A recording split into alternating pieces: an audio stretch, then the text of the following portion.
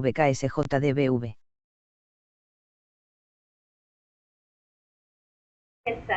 Y hoy traigo un nuevo video con un tema súper importante, la salud mental. ¿Quién no quiere salud mental? Bueno, pues hoy hablaré de la importancia de la salud mental. Sabemos qué es salud mental, qué opinan los grandes autores sobre esto. También entraremos en la frontera que existe entre ser normal y ser anormal. Y hablaré un poco sobre los manuales diagnósticos como lo son el CIE-10 y el DCM-5, que son los manuales encargados de clasificar lo que son las enfermedades y los trastornos mentales. Comencemos. Bien, ¿qué es salud mental?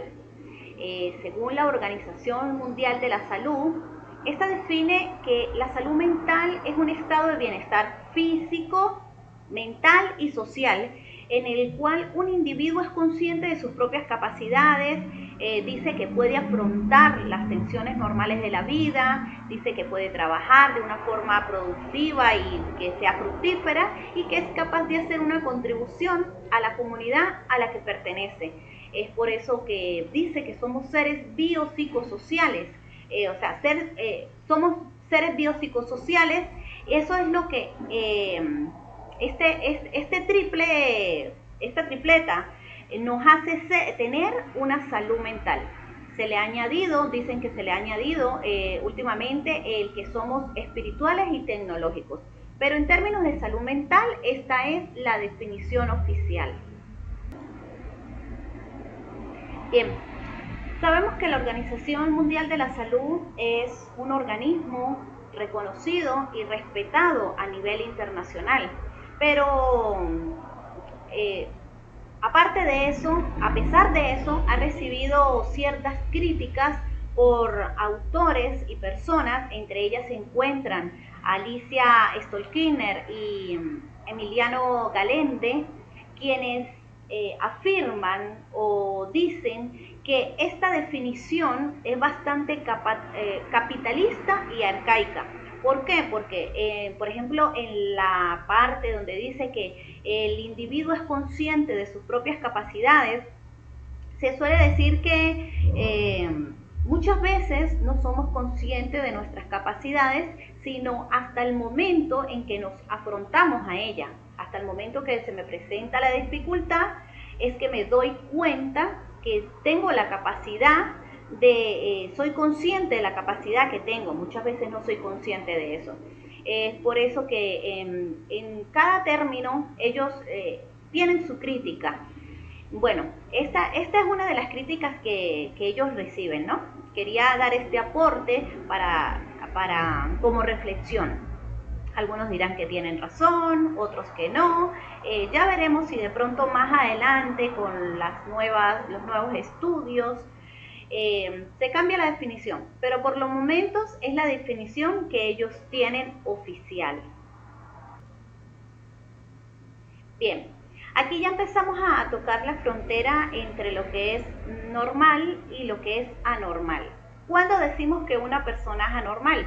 Bueno, solemos decir que una persona es anormal cuando no se comporta de la manera como esperamos que se comporte este individuo. Cabe destacar que normalidad viene del término norma, leyes, reglas. Entonces, cuando yo no cumplo las normas, cuando no cumplo las reglas, cuando no voy acorde a la sociedad me exige, se me suele tildar de anormal. Cabe destacar y es importante resaltar que el decir si alguien es normal o anormal hay que tomar mucho en cuenta enfoques como lo son la cultura, la religión, la sociedad, las experiencias, los juicios y los valores que yo tenga. ¿Por qué? Porque si yo me visto diferente a como se visten en ciertos sitios, voy a ser etiquetado como anormal. Si en mi casa todos son religiosos, todos procesamos la fe religiosa y alguien dice que es ateo, entonces ya decimos que es anormal porque no está cumpliendo con el lineamiento o con lo que esperamos en ese momento. Entonces, normalidad y anormalidad creo que es muy subjetivo. Es muy subjetivo y tendemos a etiquetar conforme a nosotros esperamos que la persona se comporte. Vamos a ver en las siguientes diapositivas qué opinan los grandes representantes de la historia, los grandes estudiosos, psicólogos, filósofos, sobre lo que es normalidad y anormalidad. Bien, a través de los tiempos, grandes personajes, psicólogos, estudiosos, se han preocupado por estudiar el comportamiento humano y cada uno ha dado una teoría, una definición de lo que ellos consideran es normal y es anormal. Tenemos, por ejemplo, la definición o el aporte que dio Roseman y Seligman. Ellos crearon 7 criterios, los cuales ellos dicen que lo anormal o lo anormal depende de la forma en que la persona vive lo que es el sufrimiento, la desadaptación, que había que tomar en cuenta la irracionalidad de la persona, si esta era impredecible, los tipos de juicios sociales convencionales que él tenía. Por otra parte, tenemos a Marie Jahoda, quien ella propuso un enfoque distinto para entender lo que era la normalidad y elaboró ciertos criterios también sobre lo que es la salud mental. Ella dice que aquí es importante ver y observar el control voluntario de la conducta que tiene la persona, que el tipo de percepción que tiene, si es una percepción realista del mundo, mirar, observar si tiene relaciones importantes y si tiene la capacidad, aparte de dar afecto, y que si la persona es productiva. Tenemos por otro lado a Sigmund Freud, quien dice que la normalidad proviene de causas psicológicas más que de causas físicas. Dice que son conflictos no resueltos entre el ello, el yo y el super yo, y que esto es lo que contribuye a la anormalidad. Sigmund Freud sugiere que muchas de las conductas anormales provienen de los pensamientos, de los deseos y de los recuerdos inconscientes, y que si bien esos sentimientos están fuera de la conciencia, él creía que podía influir en las acciones conscientes que tenemos. Por otro lado, tenemos al conductismo, con representantes como Pavlov, Watson, Skinner, quienes creen que las acciones están condicionadas en gran medida por las experiencias en lugar de patologías, de fuerzas inconscientes, como lo venía declarando el psicoanálisis. Él decía que no, que esto no tenía nada que ver con el inconsciente ni nada de esto, sino que esto era por las experiencias que iba adquiriendo con el pasar de los días. Estos autores ponían mucho énfasis en el ambiente y en cómo el individuo adquiría ese comportamiento anormal. Tenemos un gran aporte también de Carlos Gauss, un astrónomo, quien establece como normal, él estableció como normal al hombre promedio a aquel que por su característica se aproxima a la media aritmética. Él decía y él encara los conceptos en términos cuantificables, es decir, que se puedan expresar numéricamente. El concepto de normalidad, él decía que el concepto de normalidad es lo que se aplica a los test, que tras aplicarlo a muchas personas se obtienen valores promedio y luego alrededor de ellos se estructura la puntuación de lo que es normal y lo que es anormal. Bueno, en resumen, lo que diga la mayoría es normal, es lo que quiere decir esto, ¿verdad? Lo que la mayoría diga, eso es lo que es normal. Y si haces lo que no dice la mayoría, eres un anormal. Eso dicen los aportes. Hay varios representantes también, son bastantes, pero yo creo que estos son importantes también.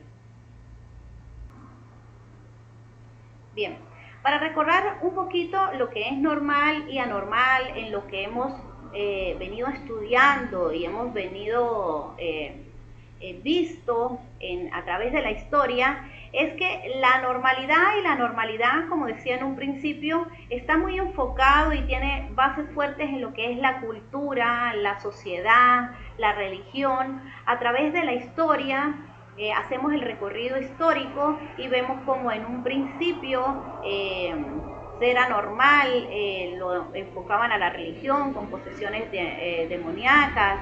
En aquel tiempo pues debemos recordar que ser indigente o ser prostituta era tomado en cuenta como una conducta normal, y solamente por el hecho de ser indigente, ser prostituta, eran encerrados en manicomios, eran torturados, eran sometidos a tratamientos bastante fuertes. Hoy en día los estudios de grandes autores y representantes del comportamiento, de los experimentos, el estudio de la mente, las neurociencias, todo esto nos da enfoques más concretos de lo que es una persona normal y anormalidad. Podemos ver que las personas con alteraciones mentales a lo largo del tiempo han sufrido y padecido estigmas, han padecido bastante. Entonces quería dar un pequeño recorrido histórico de lo que la cultura, la religión, la sociedad han sido influencia en lo que es normal y anormal, y lo que ha marcado época y lo que ha marcado en las personas con alteraciones mentales. Vamos a hablar ahora de los avances que hemos tenido entre lo que es normal y es anormal.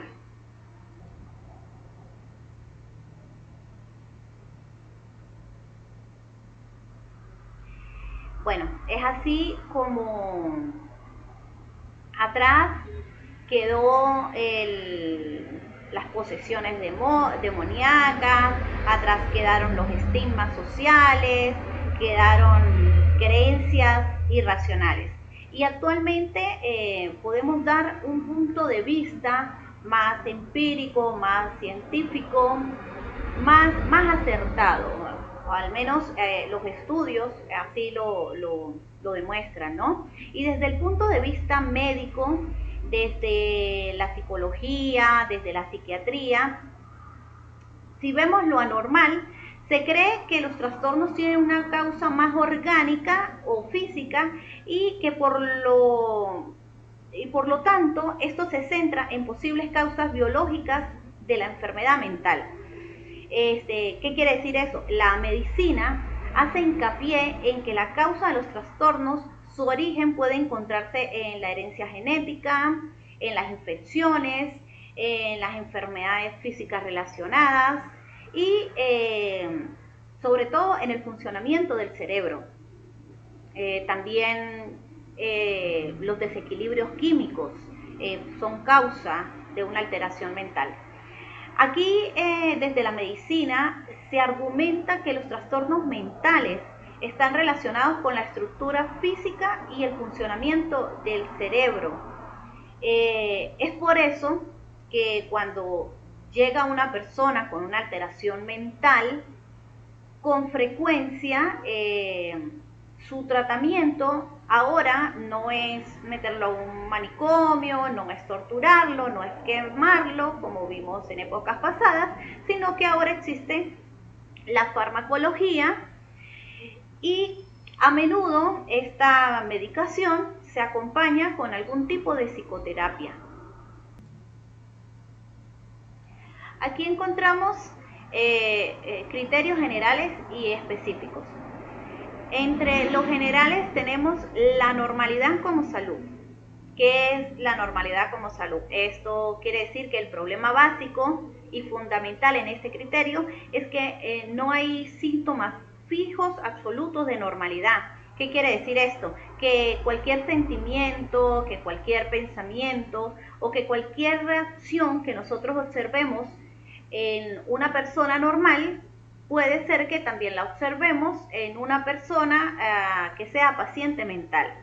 Tenemos el criterio de normalidad estadística. Aquí, en este enfoque, Se determina como anormal a las conductas que son extrañas o que son poco frecuentes.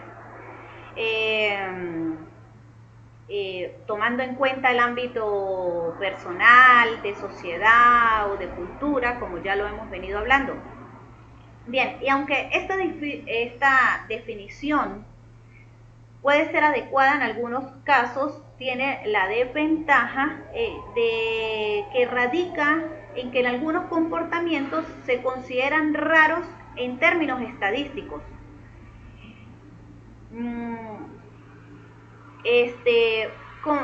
Por dar un ejemplo, a ver, hay personas que no pueden clasificarse como normales, pero actúan de una manera diferente. Un ejemplo es, por ejemplo, si la mayoría de personas eligen tomar café por las mañanas, todas las mañanas las personas toman café, pero si una persona elige en vez de tomar café, tomar té de manzanilla, esto no quiere decir que ella tenga un trastorno mental. El otro criterio es el criterio ideal de normalidad. A ver, este criterio parte de cómo deberían comportarse las personas en relación con la norma de la mayoría de las personas. Lo que a esto se le llama el ideal, ¿verdad? Mi ideal es que te comportes así, mi ideal es cierta conducta esperada.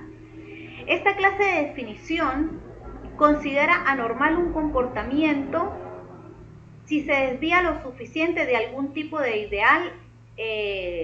Igualmente caemos en la cultura, caemos en la sociedad, caemos en todos estos parámetros. También existe una particularidad, y es que las normas a veces cambian con el tiempo, y eso lo hemos visto nosotros a lo largo de nuestra vida, por las etapas, media, renacimiento, todos estos tiempos. Porque, por ejemplo, en la época victoriana, el ideal de belleza, ¿cuál era? El ideal de belleza era una mujer rellenita, una mujer obesa, pero hoy en día podemos ver que el ideal de belleza es una mujer más esbelta, más fitness, más delgada. Entonces, estas normas cambian con el tiempo, entonces no son fijas, no son absolutas, entonces pueden variar. Tenemos también el criterio social. Aquí en este criterio, del criterio social, la norma es la opinión social que sea predominante. El hecho de que una conducta sea clasificada como normal o sea clasificada como anormal va a depender de la reacción de los miembros del grupo social de referencia. Todas las sociedades, tenemos que ver que todas las sociedades estimulan a sus miembros, a sus habitantes, para que adquieran y acepten conductas, costumbres, sistemas de valores. Y entonces, por eso es que cada sociedad es diferente, cada cultura es diferente, porque yo digo, esta es mi costumbre, estos son mis valores. Los indígenas tienen sus propios sistemas de creencias, su propia manera de comer, de vestir, y a lo mejor nosotros vamos y decimos que son anormales, porque no nos adaptamos a ese sistema de creencias y valores. Pero todas las sociedades estimulan a sus miembros para que adquieran sus costumbres, esto tratan que vaya pasando de generación en generación, y así lograr mantener un legado y ser reconocidos por eso, ¿no?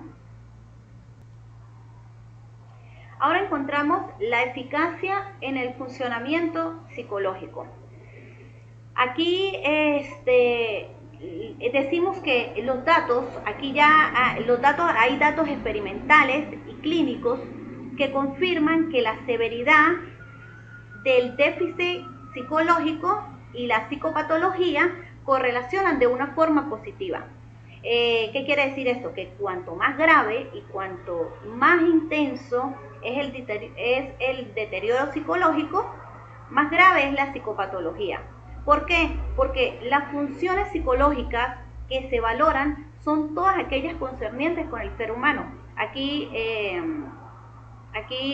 se deteriora todo lo que es la memoria, la percepción, la atención, el aprendizaje, la comunicación.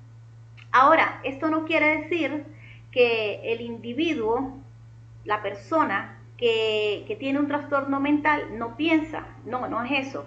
Lo único que tiene es esta capacidad más disminuida. Otro de los grados específicos es el grado de autocontrol.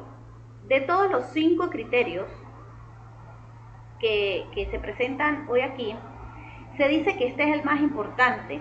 ¿Por qué? Porque esto va a determinar si la persona es normal o es anormal. ¿Por qué? Porque si un individuo es capaz de controlar su ira, de controlar su rabia, esto es un símbolo, esto puede significar que tiene salud mental.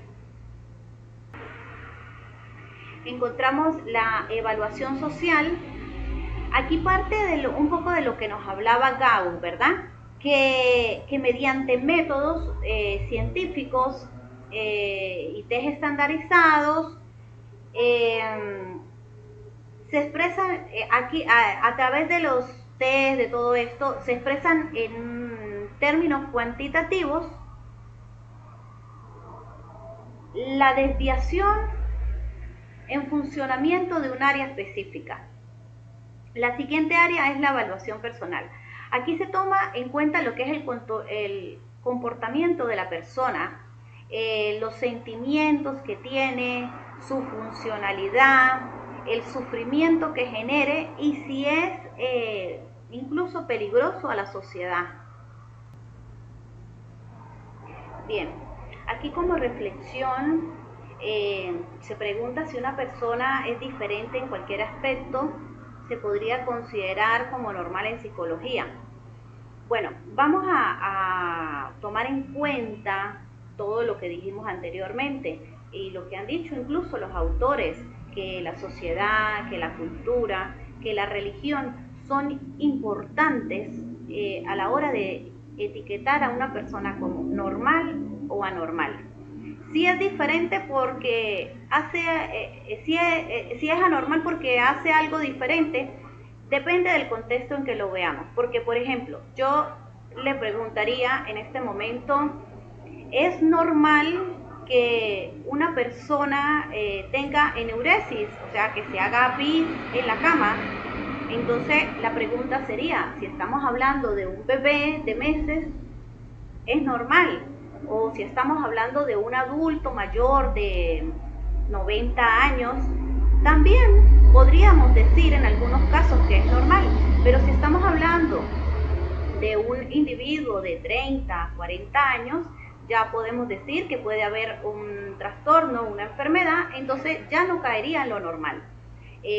Otro ejemplo sería que nos encontremos a una persona y nos diga, oye, ¿sabes que yo hablé con Dios esta mañana?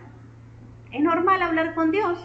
Bueno, depende, porque si la persona es una monja, es un sacerdote, es una persona espiritual, se levantó por la mañana y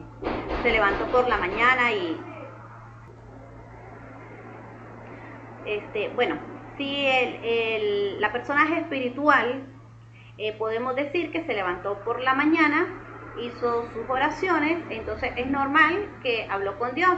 Pero entonces si la persona llega y nos dice, ahora a las 6 de la tarde me voy con mi novia en mi nave voladora a hablar con Dios un rato, ya vemos que es una conducta anormal. Entonces, definir si una persona es normal o es anormal depende del contexto donde se vea, tanto social como cultural, como religioso. Y podemos, como dijimos hace rato también, las épocas y las costumbres cambian. Entonces, si la persona se queda en una costumbre antigua, en un comportamiento antiguo, ya entraría dentro de lo anormal. Entonces, decir que si es diferente solamente porque se comporta, si es anormal, solamente porque se comporta diferente, tendríamos que ver el contexto de lo que se pregunta y varios factores a tomar en cuenta. No podríamos etiquetar a la persona así de fácil solamente. Bien, aquí vamos a comenzar a hablar lo que son los manuales diagnósticos, el DSM-5 y la CIE-10.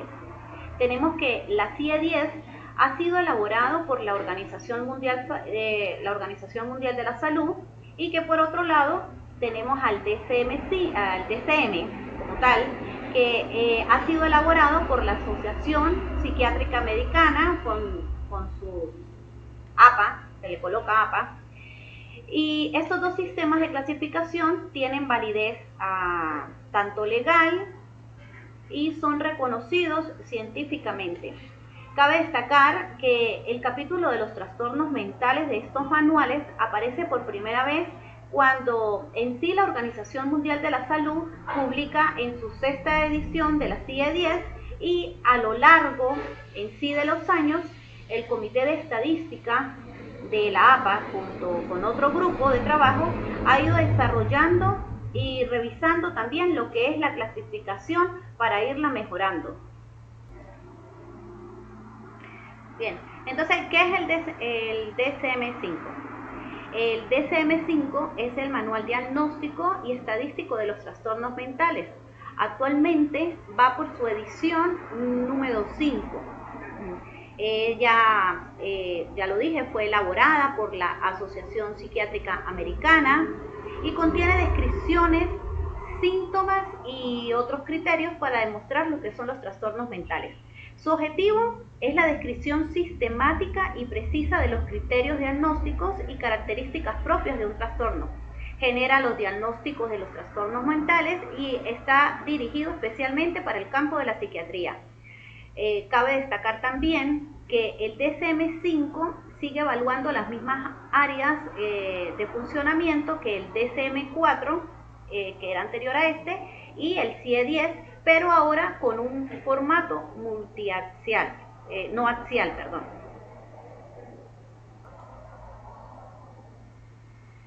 Importancia de la clasificación de las enfermedades. La importancia que se le da a que las enfermedades se clasifican está en que nos proporcionan una información muy útil, como son las investigaciones clínicas, lo que es la epidemiología, los cuadros clínicos, los criterios en sí de cada uno de los trastornos mentales. Estos se estructuran de una manera muy uniforme y en sí establecen tanto lo que es el tiempo, la frecuencia y la duración, que son cosas que encontramos en el DSM a la hora de diagnosticar un trastorno. Toman mucho en cuenta lo que es el tiempo, la frecuencia, la intensidad, la duración, y eso es importante. También es importante como recomendación lo que son las prácticas clínicas, como su diagnóstico con su correspondiente codificación. ¿Por qué? Porque esto permite que exista un lenguaje más universal entre los profesionales. Entonces no importa si enviamos un informe de un continente a otro, existe la seguridad que el profesional, al leer el informe por medio de la codificación, estarán entendiendo el mismo lenguaje y lo que son los síntomas que tiene el paciente. Otra importancia de la clasificación es que reduce la complejidad de los fenómenos clínicos, lo que permite que el profesional pueda planear mejor lo que es el tratamiento y a su vez pueda predecir lo que va a ser el curso de los resultados de una condición clínica. ¿Quiénes lo pueden utilizar? Bueno, aunque actualmente estos manuales se encuentran a disposición del público, el uso es utilizado por profesionales de la salud. lo pueden utilizar médicos, psicólogos, psiquiatras, investigadores de la salud y todo lo que concierna al campo de la salud mental. Bien, como ya dije, el autor del DSM es la Asociación Psiquiátrica Americana. Aunque su primera versión fue publicada en 1952, esta siguió estudios y criterios publicados por Klaproth en 1899. De allí en adelante se fueron haciendo revisiones, se fueron mejorando, se fueron dando nuevas versiones. La publicación, la quinta edición, actualmente estamos en la quinta versión, fue publicada en el 2013 y esta incluye cambios asociados a la organización de los trastornos dentro del manual. Ella basa su exposición sobre todo en lo que es el ciclo vital, esto es a los trastornos de desarrollo. Su organización va primero a los trastornos de desarrollo y de último quedaron los neurocognitivos. A lo largo de toda esta versión número 5, los trastornos se enmarcan en cuanto a edad, a sexo y a características de desarrollo del paciente. Y se eliminó lo que fue el sistema multiaxial que se venía trayendo de las antiguas versiones, sobre todo el número 4. Aquí en esta versión se incorporó nuevos diagnósticos como fue el trastorno por atracón, el trastorno por escoriación, trastorno por acaparamiento, se incluyó también lo que es el trastorno disfórico premenstrual, está el trastorno neurocorrectivo leve, la tricotilomanía y la celotipia. A su vez, también se eliminó lo que fue el sistema de numeración romana que traían, dando paso al número 5 para que en posteriores revisiones se coloque, dale continuidad como 5.1, 5.2 y así sucesivamente. En base a la estructura, ya hablando de lo que es la estructura del DSM-5, podemos decir que esta cuenta con 3 secciones y cada una con sus respectivos objetivos. Tenemos que la sección 1 está dirigida a proporcionar pautas para lo que es el uso clínico y forense del manual. La sección 2 incluye lo que son criterios y códigos diagnósticos de todos los diferentes trastornos. La sección 3, aquí se recogen medidas dimensionales para la evaluación de los síntomas, encontramos criterios sobre la formulación cultural del trastorno, aquí se dan respuestas alternativas sobre la conceptualización de los trastornos mentales y también se encuentran descripciones sobre lo que son las condiciones clínicas que están en estudio. Ahora nos preguntamos, ¿cómo se usa el DSM-5? Bueno, los métodos de codificación y procedimiento de este registro son los siguientes. Primero, cada trastorno va a ir acompañado de una identificación diagnóstica y un código estadístico. Lo segundo es que la mayoría de los clínicos, la mayoría de profesionales, usan los códigos para identificar el diagnóstico o el motivo de la visita del individuo. Lo tercero es que los nombres de los trastornos van a ir seguidos por una denominación alternativa entre paréntesis que en la mayoría de los casos fue el nombre del trastorno que se le dio en el DSM-4.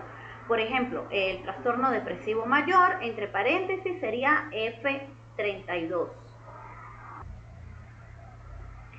Cuando llega un caso clínico, el DSM es muy específico a la hora de dar ciertos requerimientos como la intensidad, la frecuencia, la duración, y en base a eso va a categorizar la enfermedad o el trastorno que tiene la persona. Hay que seguir los requerimientos, Lo otro del DSM-5 es que tiene comorbilidades también. Aquí les presento al CIE-10. El CIE-10 es publicado por la Organización Mundial de la Salud en el año de 1992. Su objetivo se orienta más para realizar el análisis de las características de lo que son los trastornos mentales, genera diagnósticos de trastornos mentales y también no mentales, aquí entran enfermedades y todo esto. Está dirigido a todo lo que son los servicios de atención sanitaria. Además, adopta lo que es la cultura de los países miembros de la Organización Mundial de la Salud y es utilizada por la mayoría de psiquiatras del mundo. La mayor parte, especialmente, la usan los de Europa. Este manual nos permite rastrear lo que son las estadísticas de mortalidad. También nos permite tener criterios de clasificación específica y su uso aumenta la comunicación y el entendimiento entre lo que son los clínicos y los investigadores. Los volúmenes. El CIE-10 son las siglas de la clasificación estadística internacional de las enfermedades y problemas de salud. Su número 10 se refiere a la edición. En este caso pues estamos hablando del volumen número 10. El volumen número 1 encontramos que contiene las clasificaciones principales. En el volumen número 2 se provee lo que es la orientación a los usuarios de la CIE-10 y en el volumen número 3 encontramos el índice alfabético de la clasificación. Ya va desde la A hasta la Z, esto lo voy a explicar un poquito más adelante. El CIE-10 provee un diagnóstico multiaxial y en su estructura propone 6 ejes. En el eje número 1, encontramos lo que son los síndromes psíquicos clínicos. En el eje 2, los trastornos específicos del desarrollo. En el eje 3, el nivel intelectual. En el eje 4, lo que son las condiciones médicas. En el eje 5 encontramos las situaciones psicosociales. Y en el eje 6 encontramos lo que es la evaluación global de la discapacidad. Bien, llegamos a la codificación.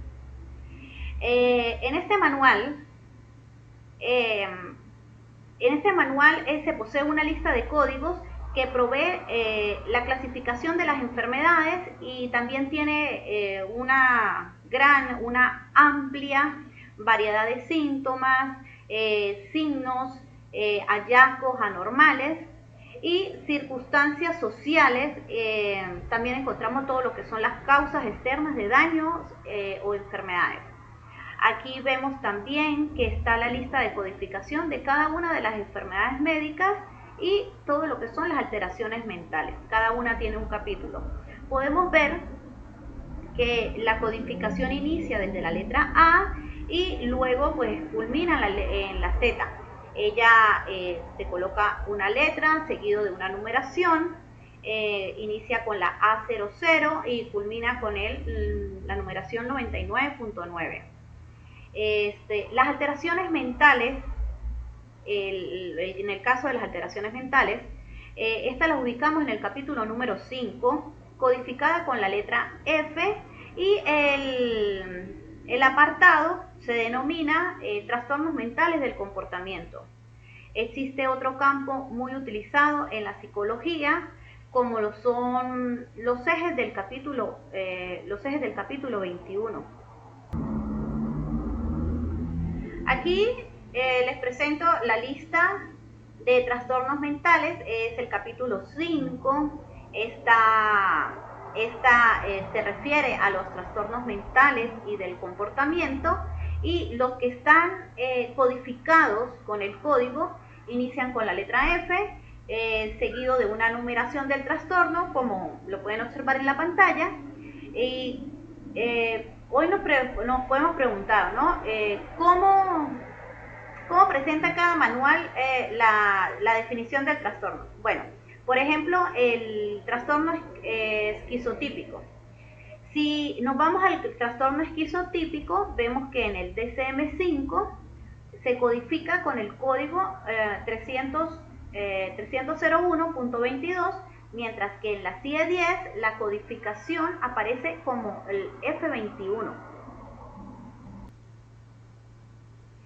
Entonces, así es como se clasifican, pero a la vez hay una buena comunicación entre profesionales de la salud para poder hablar sobre un trastorno. Por ejemplo, en el trastorno histriónico se clasifican con el 301.50 y la otra clasificación sería F60.4. Y así sucesivamente. Los profesionales estarían hablando de un mismo idioma, los mismos síntomas. Ya al colocar una codificación estarían entendiendo específicamente de qué estaba hablando el otro profesional.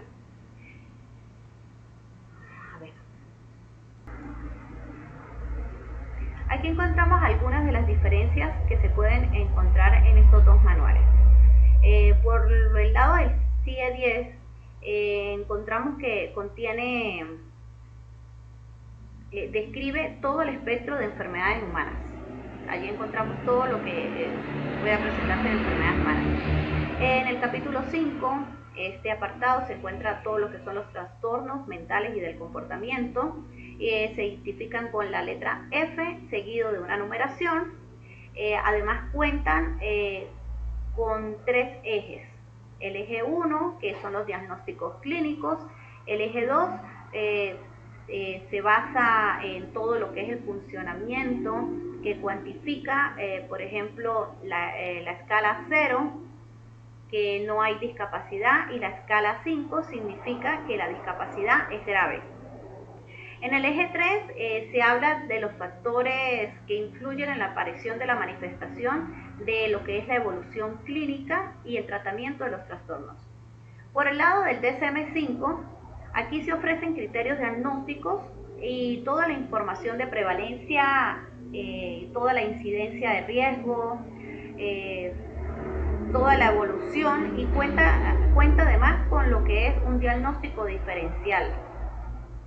Aquí no basta con que el paciente solamente, con que el individuo presente síntomas, sino que además debe cumplir con causas como malestares significativos, y debe presentar deterioros funcionales. Aquí también se sustituye el término médico de enfermedad por trastorno. También señala la existencia de subtipos en cada categoría diagnóstica, y además los trastornos aparecen en el manual según la etapa evolutiva en que ésta se presente. Es decir, que se basa en lo que es el ciclo vital. Los trastornos del desarrollo van de primero y los neurocognitivos aparecen de último. También cabe destacar que ambos manuales son aceptados a nivel internacional para el diagnóstico de trastornos mentales de todo lo que es la edad adulta, la niñez y la adolescencia. Está previsto que para el 1 de enero del año 2022 salga el CIE 11. Bien, esta fue mi exposición el día de hoy. Mi nombre es Jaycee Alzate. Espero que te haya gustado la exposición del día de hoy. Muchas gracias por tu atención. Hasta luego.